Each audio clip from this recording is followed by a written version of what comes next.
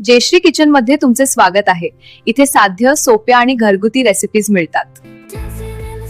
नमस्कार मित्रमैत्रिणींनो, मी आज तुमच्यासाठी खूप छान पौष्टिक आणि हेल्दी रेसिपी घेऊन आलेली आहे आणि रमजान आणि इफ्तारीसाठी ही खूप अशी महत्त्वाची रेसिपी आहे। तुम्ही ही बनवून आधी ठेवू शकता।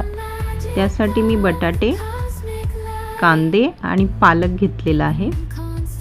पालक आपल्याला धुवून आणि चिरून घ्यायचा आहे। बटाटे सालून घ्यायचे आहेत आणि कांदे ही बारीक चिरून घ्यायचे आहेत। बघा, अशा पद्धतीने मी कांदे चिरून घेत आहे। एकदम साधी सोपी रेसिपी आहे।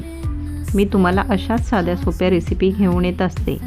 कांदा आता चिरून झालेला आहे, तो मी पालकमध्ये टाकलेला आहे। फ्लावर घेतलेला आहे, फ्लावरही बारीक चिरून घ्यायचा आहे, तोही चिरलेल्या पालकमध्ये घालायचा आहे आणि बटाटेही सालून बारीक चिरून घ्यायचे आहेत।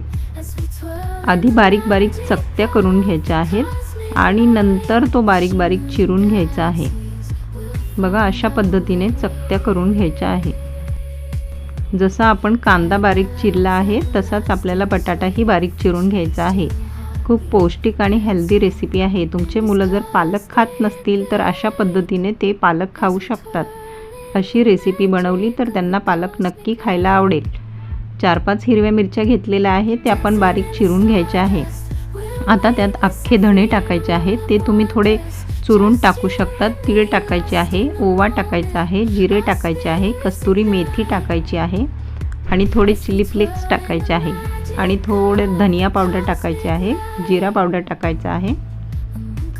मी बेसन टाकलेलं आहे, साधारण पाव किलो बेसन लागले। चवीनुसार मीठ टाकायचं आहे आणि थोडं तांदळाचं पीठ टाकायचं आहे। तांदळाच्या पिठाने भजी मस्त कुरकुरीत होतात। थोडं थोडं पाणी टाकून मिक्स करून घ्यायचं आहे।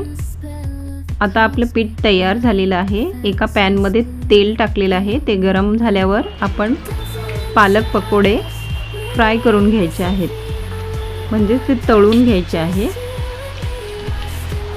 पकोडे आपल्याला मोठे मोठे ठेवायचे आहेत, एकदम छोटे असे भजीसारखे करायचे नाही। छान क्रिस्पी होईपर्यंत ते तळून घ्यायचे आहेत। बघा, गोल्डन कलर आलेला आहे, खूप छान दिसत आहे आणि चवीलाही खूप छान झाले होते। आमच्या घरात सगळ्यांना आवडले। तुम्हीही एकदा नक्की ट्राय करा। एकदम पौष्टिक आणि हेल्दी अशी रेसिपी आहे आणि पालक मुलांना सहसा आवडत नाही। अशा पद्धतीने तुम्ही पालकाची रेसिपी बनवाल तर मुलंही आवडीने खाल। रेसिपी आवडली असेल तर लाईक, शेअर, सबस्क्राईब जरूर करा।